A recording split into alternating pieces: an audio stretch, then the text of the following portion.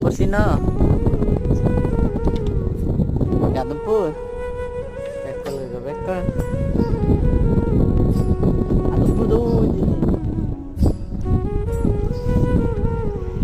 ওই যে টাওয়ার দুটা বারিশ খেলনা এত চিন্তা লাগছে